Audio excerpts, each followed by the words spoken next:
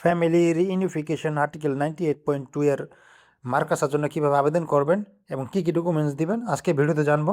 তার আগে একটা খুশির খবর দিই, বাংলাদেশ থেকে পরিবার আনা, বিশেষ করে ওয়াইফ আনার জন্য মার্কাসা খুব তাড়াতাড়ি ওপেন হতে যাচ্ছে। আর আপনি যদি আমার ইউটিউব চ্যানেলে নতুন হয়ে থাকেন অবশ্যই চ্যানেলটি সাবস্ক্রাইব করে দেবেন এরকম ইনফরমেটিভ ভিডিও পাওয়ার জন্য। চলুন শুরু করা যাক। ফার্স্ট অফ অল গুগলে গিয়ে লিখুন https://contactnos.ima.gov.pt। দেন আপনার সামনে এরকম একটা ইন্টারফেস আসবে। এখন টপিক টাইপ স্ক্রল করে নিচে চলে যান, দেখেন এখানে দেখতে পাচ্ছেন ফ্যামিলি রিইউনিফিকেশন, আপনি এটাতে ক্লিক করুন। দেন সাব টপিক ট্যাবে ক্লিক করুন, দেখতে পাচ্ছেন এখানে family reunification for family members residing in the country, এটা ক্লিক করুন। ক্লিক করার পর এখানে ইমেল অ্যাড্রেসটি বসিয়ে আপনি সেন্ড করে প্রেস করুন। আপনার মেল থেকে কোডটি নিয়ে এখানে ভ্যালিডেট করে প্রেস করুন, দেন ভ্যালিড হয়ে গেল। এখন এখানে দেখতে পাচ্ছেন আপনার সমস্ত ব্যক্তিগত ইনফরমেশন, যেরকম আপনার নাম, আপনার ডেট অফ বার্থ, আপনার পাসপোর্ট নাম্বার, আপনার রেসিডেন্স পারমিট নাম্বার, এগুলো সব বসিয়ে আপনার মোবাইল নাম্বার বসিয়ে স্ক্রল করে একদম নিচে চলে যান। এখন দেখতে পাচ্ছেন ডকুমেন্টস আপলোড করার অপশন।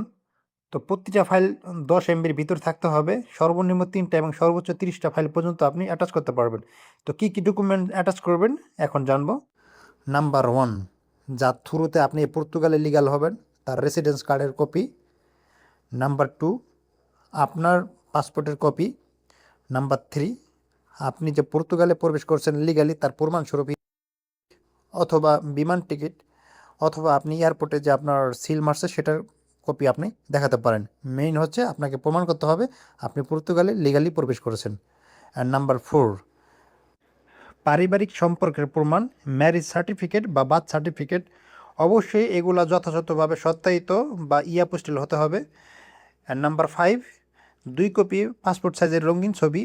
এটা লাগবে শুধুমাত্র যদি আপনার অ্যাপয়েন্টমেন্ট যদি অদিবিলাস বা আবির ও আইমা হয়, তাহলে সাথে করে 2 কপি পাসপোর্ট সাইজের রঙিন ফটোকপি নিয়ে যাবেন। অ্যান্ড নাম্বার 6, ঠিকানার ঘোষণাপত্র, যেটাকে বর্তমানে হাউস ডিক্লারেশন আমরা পরিচিত। তো আপনি হাউস ডিক্লারেশন অবশ্যই হাতে করে নিয়ে যাবেন। আর আপনার যদি নিজের বাড়ির মালিক হয়ে থাকেন তাহলে সেই বাড়ির যে রেজিস্ট্রেশন সার্টিফিকেট আছে, যে সার্টিদাও রেজিস্ট্রি পেরিদি দিয়াও অ্যাক্সেস কোড সহ, সেটা আপনি নিয়ে যাবেন। নাম্বার 7, এটা খুবই গুরুত্বপূর্ণ, proof of means of subsistence, মানে আর্থিক সচ্ছলতা। আপনার হাজব্যান্ড অথবা ওয়াইফ যদি জব করে থাকে তাহলে জব কন্ট্রাক্ট, বিগত 3 মাসের স্যালারি স্লিপ, বেতন ডিক্লারেশন এবং আপনার ব্যাঙ্ক স্টেটমেন্ট অ্যাটাচ করে দিবেন। আর যদি কেউ অ্যাক্টিভিটিতে কাজ করে তাহলে সেই প্রুফ আপনি অ্যাটাচ করে দিলে হবে ইনশাল্লাহ। একটা কথা না বললেই নয়, আপনার যদি 18 বছরের নিচে যদি কমপক্ষে একটি মাত্র সন্তান থাকে তাহলে আপনার সেই সন্তানের পাসপোর্ট আপনি অবশ্যই এটার সাথে অ্যাটাচ করে দেবেন। And finally police clearance certificate. আপনি যদি সরাসরি বাংলাদেশ থেকে পর্তুগাল আসেন তাহলে বাংলাদেশি পুলিশ ক্লিয়ারেন্স সার্টিফিকেট অবশ্যই উকিল দিয়ে নোটারাইজ এবং অ্যাপোস্টিল করে নিয়ে আসবেন। অথবা আপনি যদি বাংলাদেশ থেকে ইউরোপের অন্য কোনো দেশে আসেন এবং সেখানে যদি কমপক্ষে 1 বছর বসবাস করেন তাহলে সেই দেশের পুলিশ ক্লিয়ারেন্স সার্টিফিকেট আপনি অ্যাটাচ করে দেবেন। এই সমস্ত ডকুমেন্ট অ্যাটাচ করার পর আপনি সাবমিট অপশনে ক্লিক করে দিলেই পরবর্তীতে আইমা আপনার ডকুমেন্টগুলো যাচাই করে আইমার নির্দিষ্ট একটা তারিখ এবং ঠিকানা সহ আপনাকে মেল করবে। সেখানে গিয়ে আপনার ডকুমেন্টগুলো জমা করবেন।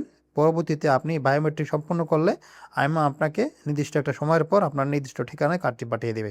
ধন্যবাদ সবাইকে। আমার ইউটিউব চ্যানেলটি সাবস্ক্রাইব করে দেবেন এবং ফেসবুক পেজটি ফলো দেবেন এরকম ইনফরমেটিভ ভিডিও পাওয়ার জন্য। Take care guys.